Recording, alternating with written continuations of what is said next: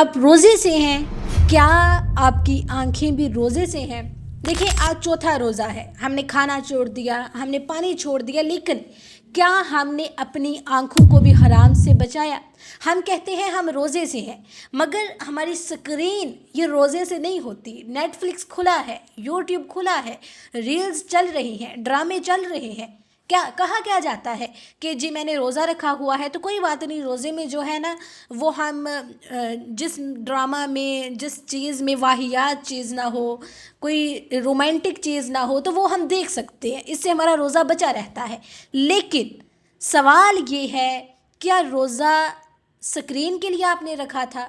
वही टाइम आप कुरान को दें, वही टाइम आप कुरान क्लासेस को दें, रोज़े के असल मकसद को समझें, क्योंकि रोज़ा ज़ुबान का भी है, रोज़ा दिल का भी है और रोज़ा आँखों का भी है। अल्लाह ताला कुरान में फरमाते हैं, मोमिन मर्दों और मोमिन औरतों से कहो कि वो अपनी निगाहें नीचे रखें। ये हुक्म सिर्फ बाहर के लिए नहीं आया था, ये आज के मोबाइल के लिए भी आया था, ये हमारी स्क्रीन के लिए भी आया था। सोचें, जब हम रोज़े में होते हैं और हमारी आंखें वो सब देख रही होती हैं जो अल्लाह ताला को पसंद नहीं होता, तो क्या वाकई हमारा रोज़ा रोज़ा है, या वाकई हमारा रोज़ा एक मजबूत रोज़ा है?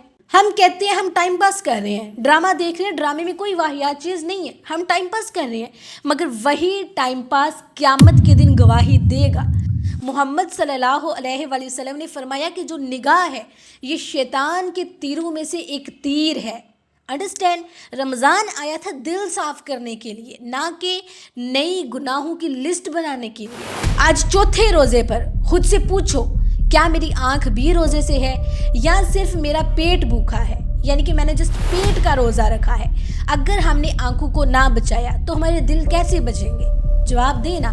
तो मैं दुआ करती हूँ कि या अल्लाह हमारी निगाहों को पाक कर दे, हमारी स्क्रीनों को हलाल कर दे और हमें ऐसा रोज़ा अता फरमा जो हमें तुम्हारे करीब ले आए, ना कि हमें टाइम पास करने पे मजबूर कर दे।